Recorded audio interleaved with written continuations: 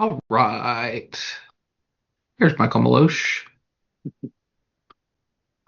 Do you have a set agenda for this, or Oh, I thought I sent it to you in Slack. We kind of it. Hang you on. sent me kind of like what we'd be talking about, but not like I didn't know if there was like if you have a set thing that you're going to walk through or not. Rob typically just kind of goes with the flow. We'll start with kind of Okay. introductions, things like that, and then like we'll do our little spiel. Then you jump in, do your introduction, and then we kind of do. We kind of keep it more free flowing, so it's like Q&A. Okay. Rob will typically kick it off, and then we kind of flow into the interview. We typically try to do Oh, these in about an hour chunk, and we'll split it into two episodes. So we'll do a part one and a that's- part two. okay. I have a hard out at 3. Okay. I'm trying to get him on right now. He's online. He just probably didn't see that we jumped in. Okay. We've been heads down, but yeah, whenever we cut, but when we're finished, once I get these cut, I will send you the links and everything if you want to share on social media and all that. Yeah, absolutely. I would be happy to.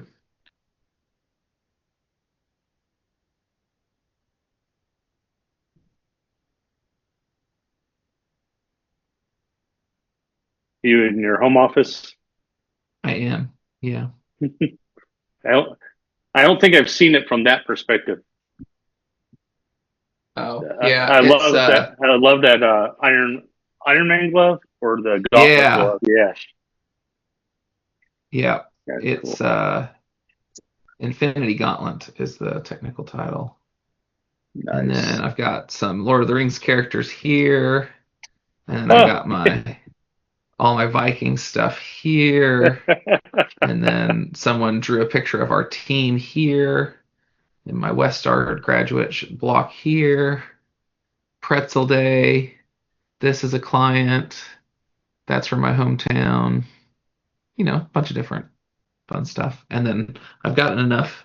That's a waterproof camera housing and some fun mugs. Nice.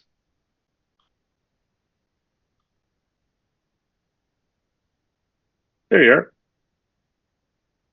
Yeah, having trying to figure out why. I know you had Should a have wore problem red not getting though. notifications. What? Oh, we've got white shirts to go with the red background. I'm at a client site today, so don't have the red shirt. Gotcha. Okay, let me put myself to do not disturb here. And All right, Michael, you want to do the same way we did last time, or you want us to do a break and restart in the middle of it? Did that work okay? No, that worked great. Okay. And just do our little intros and outros afterwards. When we're Yeah, all done. we'll start the first one, we'll go all the way through, and then yeah, we'll manufacture the end and the beginning afterwards. So I guess we'll do our little pre here. We are going to be talking with Kevin today. For those of you guys joining in the video world, we have not started audio this time. Last time we actually just ran it all together. We're going to try this a little bit differently. So you guys will get to see probably a little bit of bonus material here and there. We're trying to figure out how we're going to do this around our interviews. Still figuring all of those mechanics out. So welcome, thank you. And today, I don't want to get too far into it, too far ahead and steal his thunder, but Kevin is a marketing guy. So we're going to talk about foundations of marketing and some of those kinds of great things. We have spoken with him in the past. We will have links and such afterwards. He's a great guy, and his team is. So definitely reach out and we'll get contact information before all is said and done. That being said, get my little get started here. And we'll do our little tres, dos, uno. Well, hello and welcome back. We are continuing our series, our season of Developreneur, building better developers, and we are building better foundations. And we're once again bringing a guest on, which if you're watching this, you've already figured that out. But we're going to be talking today about marketing and some of the foundations there. Well, before we dive in, I should introduce myself. My name is Rob Broadhead. I am one of the founders of Developreneur, also the founder of RB Consulting, where we are a boutique consulting company, essentially. We sit down with you, we talk to you about your business, we help you create a roadmap for success, and then either help you execute on it or we can go execute for you. Whatever you need, this is technology agnostic. We use simplification, integration, automation, innovation to help you find the best way to go from here to where you want to be and make the most leverage out of that most expensive investment known as technology, outside of people, of course. Like the person I'm about to pass it over to, go ahead and introduce yourself. Hey everyone, my name is Michael Meloche. I'm one of the co-founders of Building Better Developers. I'm also the founder of Envision QA, where we help businesses take back control with custom software that we build around your needs, not the other way around. We don't build cookie cutter software. We build custom software. Our focus is simple, great service, smart solutions, and a rock solid quality. We build tools that replace frustrating systems, streamline your operations, and are fully tested to work right the first time. Check us out at Envision QA. We combine development and quality assurance to give you software you can trust and support you can count on. Again, check us out at envisionqa.com. And because nobody does it better than him, I'm going to pass it on to Kevin to go ahead and introduce yourself, please. Well, thanks for that. Kevin Adelsberger with Adelsberger Marketing. We lead brands to conquer digital marketing, and I'm excited to be here to talk to you guys about marketing today. Excellent. So see, like this is a marketing kind of person. He's quick to the point and gives you exactly what you need to know. So I want to dive right into it. We've even skipped the good thing, bad thing, all that kind of good, bad stuff that we typically do. We want to dive right into this one. So I want to start right into a foundation. Let's start with and really what I want to do is back it all the way up to like side hustle level, because I think that is where I find so many people struggle in the marketing and branding world.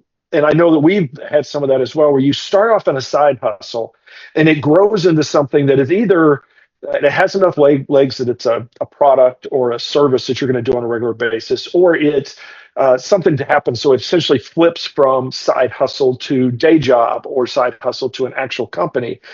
And now while you're side hustling, I think there's certain attitude that people have towards it, the way they advertise it, the way to talk about it. But I want to sort of see if there are maybe some things that we should think about when we are in that startup mode, that side hustle mode.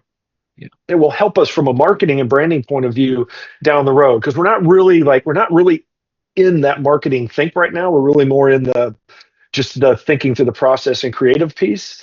But I'm wondering if there's not some things that you would recommend that maybe we could do to put ourselves in a good position for the future. Well, I'll go to my own story for that, even though I'm not a developer, never claimed to be one.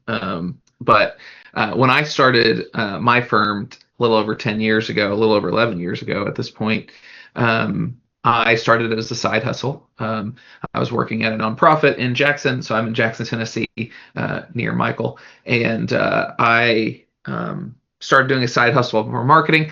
Funny, I started working for burritos, which is how I got started. There was a burrito shop called the Burrito Meal, which is like Jackson, used to be a Jackson institution, and used to go there during college, and I got to be friends with the owner, and I was like, hey, can I help you do some marketing in exchange for burritos? And that started a beautiful friendship. Had lunch with him a couple days ago. He said the business has been closed for a few years, but I started working for burritos. So I had a lot of good free food for many years doing that. But when I started as a side hustle, I would do anything for anyone at any time. If that makes any sense, right? So there's a quote by Leonard Bernstein that when I talk about starting a business, I use this reference a lot. It said, I'm no longer quite sure what the question is, but I know that the answer is yes. And so when you're starting out, I feel like frequently, unless you're coming from decades of experience, if you're newer in a field or younger and you're trying to figure out what you're going to be doing, I think the answer is yes to everything that comes your way. Just to make some money, build some connections, get some work done to show to other people. The problem with that is that when you start to become more serious about it and it takes up more of your time, you're going to be spread too thin doing different things that maybe aren't in your best strength area. And so you are setting yourself up for not having the highest and best use of your time in the future. So an example of that is we have a client who's a friend, and he started working with me before a lot of people were working with me, and I was grateful for that. And he needed a cooler with his logo on it. Now this was 10 years ago, so Yeti was just becoming a thing. And so I didn't know you had to like have a minimum order to buy customized coolers and stuff. So I figured out how to buy a cooler and buy a sticker and then put it together and give it to him. I wouldn't do that today because swag is not our area of expertise or specialty. And so that's kind of an example of like, hey, at that time, anything to make the client happy that was going to move the project down the field and build that relationship a little bit deeper. Now I can hand those people off to different areas that is better suited for them to work with. And I'm okay with that because I know that I am being more successful in these other areas. And I think that kind of mentality would apply to the developer world as well. The further you get, the more specialized you can get. And really, the more specialized you are over time, you can usually charge more too. And so who's ever mad about that? Exactly. And I think we've just coined a new word, that specialties is specialty and then expertise at the same time. Sorry, to be clear, I coined that word. I think the no, recording will show. So just when the checks come in, keep me in mind. Oh, definitely. Yeah, you'll be at the top of that. We'll be like further down on the author list of that. So actually all the way at the bottom. So I love that. Thank you so you've even brought us a new word that we can start using. That is always awesome. So I guess one of the things is, what are your thoughts on in doing these kinds of things and particularly let's consider a side hustle or business that's been around for a couple of years. So you do have some customers, you have some history. It's not like you just like made this up in your head and nobody knows about it. It's like it has some level of people know that it's there. And then you're getting into this point, which is often, like you say, is you start out, you do everything, and now you start figuring out, okay, this is sort of where I want to go. And so, how do you see, or what are some thoughts on doing like either a relaunch or rebranding or something where you say, okay, what I did, do I just get rid of it? Do I want to create something completely new? Or maybe what are some thoughts that would possibly go in when you're talking to somebody about that?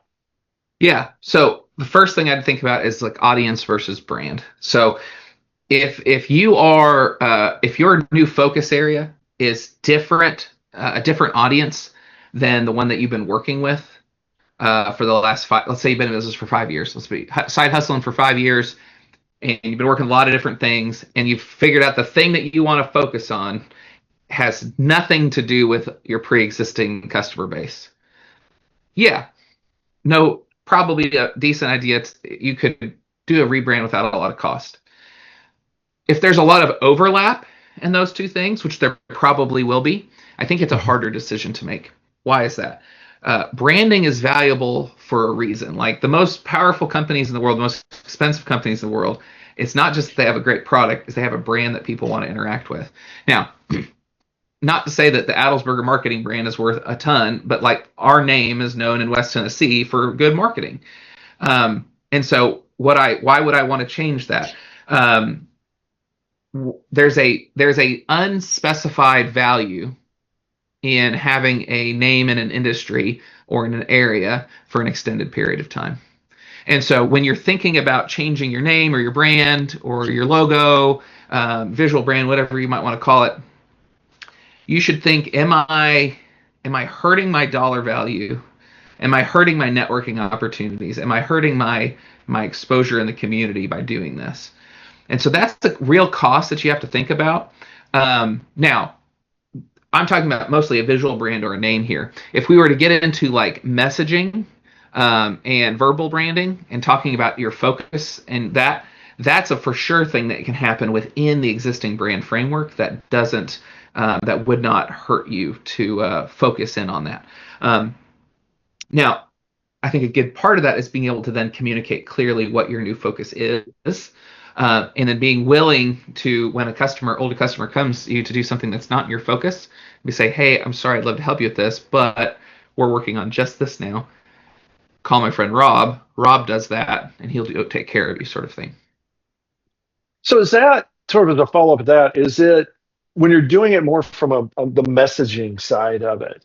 Is it typically going to be better to just sort of ignore what you did in the past, or is it more like a, hey, one of those like, hey, we're new, we're changing, we're evolving, and so we're moving into this area, and to sort of pull people along with it, or do a little more of a, I guess, a harder cut, or is it situational? I think it's a good marketer should answer things like a lawyer. It depends, right? There's a lot of situational components to that. The my encouragement is very rarely like a hard change, because you're going to lose some of that brand equity that you've built up if you just do this really drastic change.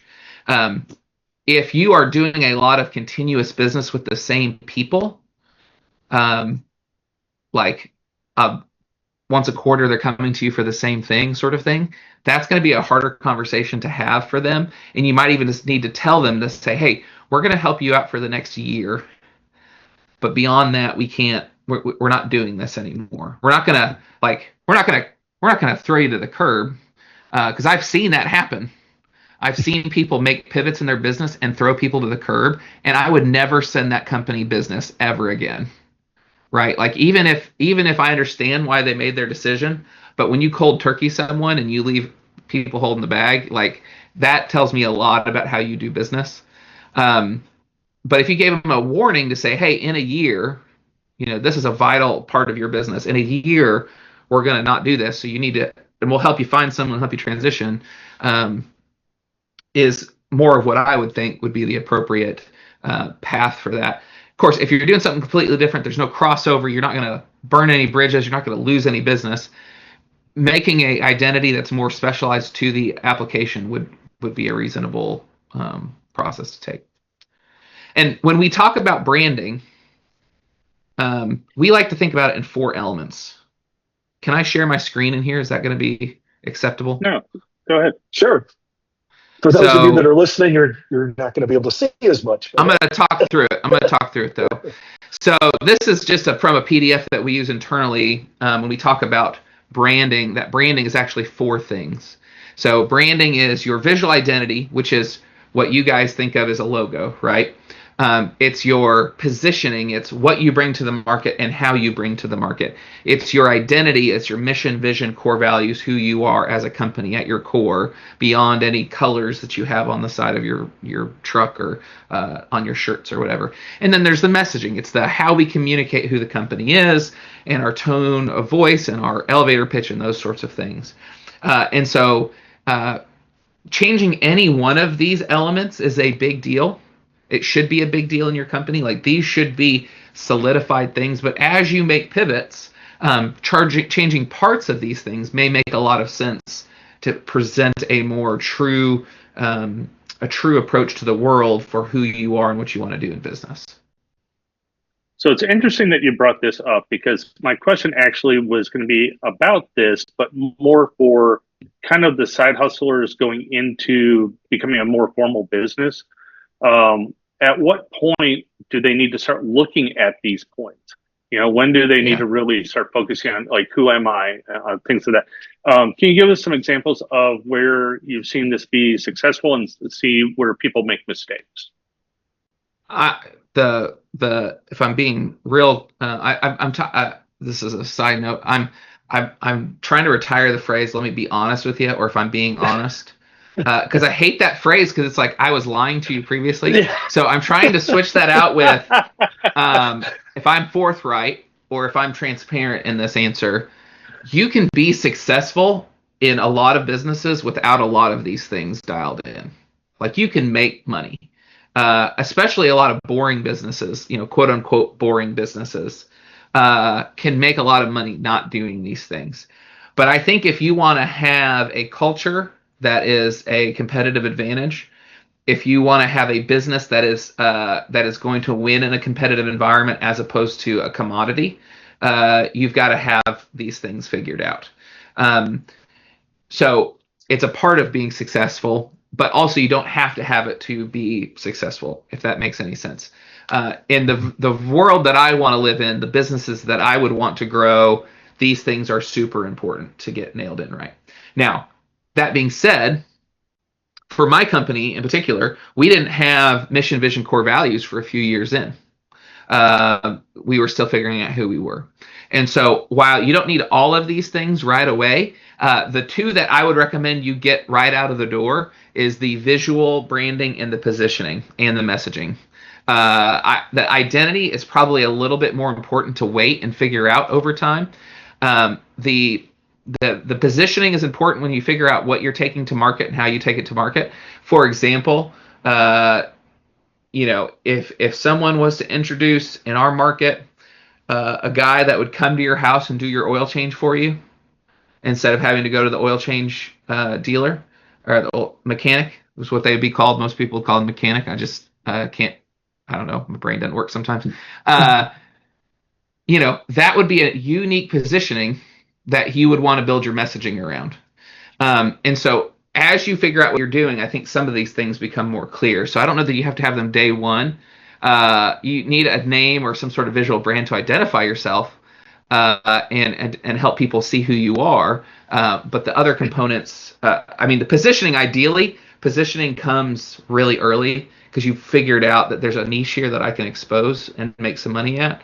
But that doesn't necessarily, because sometimes you might just be getting a side project from an existing customer, or so there's a lot like you might not be doing anything different. You might just be doing the same thing over on the side. And then you slowly figure out your positioning over time. So it a little bit depends. If I had a preference, like if I was to like design this in a lab and do this the exact right way, you would start with identity. You would then go to positioning. You would then go to messaging, and then finally you would do the visual branding. But frequently it happens, I think, in the exact opposite order of that. Now, go right ahead. So you're getting a good example of this with. So you've been in business over 10 years. Can you give us some examples of where you've seen some bad marketing attempts, or where businesses just got it wrong completely, and like how to avoid that? Avoiding bad marketing is part of bad marketing is in the eye of the beholder. So that's the first challenge. There may be things that we think are really bad that make a lot of sense for that customer and their audience. Because keep in mind, we are not always the customer of these particular efforts. And so keeping that in mind is really important. Now, that being said, there's been some really dumb stuff that I've seen. Do you guys use Slack? Mm-hmm. Mm-hmm. Man, yeah. I hate that they changed their logo so many years ago. I'm still mad about it. But talking to my friend William Donnell, William's like, well, you don't know what design challenges they were trying to solve with that rebrand. And I was like, you know what? I don't stop trying to make me sound reasonable. I'm mad about this, William. And so knowing what the customer base is and what their needs are is a super important thing to deciding whether marketing is good or bad. Here's an example. We worked with an HVAC company here, and we knew that the owner was not super marketing savvy. Okay. Had built a good business, but not super marketing savvy. So he was not thinking our marketing was being very effective because he wasn't seeing it, which is a red flag for any marketing person that's would have ever heard me say that. Like they've seen that before, where the customer doesn't see the marketing, so they assume it's not working. Well, here's the thing. He's not the target market. And so what we did to appease him, though, was we ended up buying a set of ads spending company money, a little bit of it, on ads on stations we knew that he watched, so that we could appease that concern from him. And so while it was not the best use of money, it saved us all a lot of headache. So, um, so sometimes, so bad marketing may not be bad marketing. Sometimes it is, and usually that is because you don't have enough people having input. And what I mean by that is what we've seen the worst marketing. Like, for example, recently Nike had an ad for the WNBA that said "Let her cook." Now, let her cook in let him cook or let them cook in sports parlance or in modern parlance is like, hey, let them do their thing. They're doing something awesome. Let them cook. But putting it in juxtaposed to a WNBA game all of a sudden feels very sexist. Likely, two situations happened there. One, you had a manager of some sort think this was a great idea and didn't listen to another soul saying, this is going to end poorly. Don't do this. Or you had a room of people who thought it was a great idea, and there's probably not a middle-aged woman sitting there to say, hey, maybe don't say this phrase because it's not going to land the way you want it to. We've also seen some things where there might be something that comes across as racially insensitive, and it was likely a room of older white men making that ad pitch without having someone that has a diverse set of viewpoints in the room. And so one, you may not be able to have a team of people in a room making that decision, especially as a side hustle. But you can try to think, if I've got a friend down the street that thinks about the world differently than I do, how are they going to respond to this? Am I stepping over any boundaries that now there may be people who want to step over boundaries on purpose, right? But if I'm not trying to start fights, am I doing something that's going to start a fight? And they say that every day there's a main character on Twitter and you don't want it to be you. Am I saying anything that's going to make me be the main character on Twitter tomorrow? And so thinking through it that way is one of the key things. But the biggest thing that people do wrong with marketing is they stop thinking about their customer, right?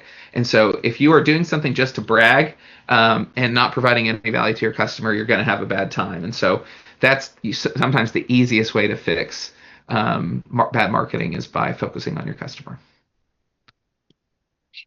So you mentioned in some of the like getting started in that is that like the coloring and the logos and stuff like that. How much and there are stories of I've seen of huge amounts of money spent on logos and colors and corporate fonts and the whole kit and caboodle.